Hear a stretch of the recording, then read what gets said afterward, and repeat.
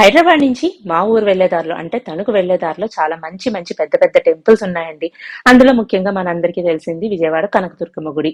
So వెళ్ళేటప్పుడల్లా అనుకుంటూ ఉంటాం, కార్లో వెళ్ళినప్పుడు అయితే ముందే అక్కడ గుడి ఎదురుగుండా కనిపిస్తూ ఉంటుంది. వెళ్ళేటప్పుడు ఆగుదామంటే డిఫరెంట్ డిఫరెంట్ ఆడ్ టైమింగ్స్ లో అయితే విజయవాడ రీచ్ అవుతాం కాబట్టి కుదరదు అనమాట. ఈసారి అనుకోకుండా విజయవాడ రీచ్ అయ్యేటానికి కొంచెం 2 o'clock అలా అయ్యింది. ఇక ఆ టైంలో అయితే పర్ఫెక్ట్ గా ఉంటుంది, క్రౌడ్ కూడా ఎక్కువ ఉండదు, దర్శనం ఫాస్ట్ గా అయిపోతుంది, మన జర్నీకి కూడా అంత లేట్ అవ్వదు అని అనిపించి దర్శనానికి అయితే వెళ్ళాం. చాలా చక్కగా దర్శనం చేసుకుని రిటర్న్ అయితే అయిపోయాము. ఎప్పుడో దసరా నవరాత్రుల్లో వెళ్తుండగా అనుకున్నాము అమ్మవారి గుడికి అయితే వెళ్ళాలి అని చెప్పేసి. అప్పుడు క్యూ అయితే అసలు చెప్పొద్దు, కొండ కింద దాకా ఉందన్నమాట క్యూ. ఇంకా అంత మందిలో మనం దర్శనం చేసుకోలేము అన్నట్టుగా ఇంకా రిటర్న్ అయిపోయాం. గుడి లోపల దుర్గమ్మని దర్శించినప్పుడు మనకి ఎంత ప్రశాంతత అయితే వస్తుందో, గుడి బయటకు వచ్చాక ఇక్కడ కృష్ణా నది, ఆ బ్యారేజ్, ఆ ప్రశాంతమైన వాతావరణం చూస్తే అంతే ప్రశాంతత వస్తుంది. అమ్మవారి పునర్దర్శనం త్వరలోనే మాకు జరగాలని కోరుకుంటున్నాను. See all in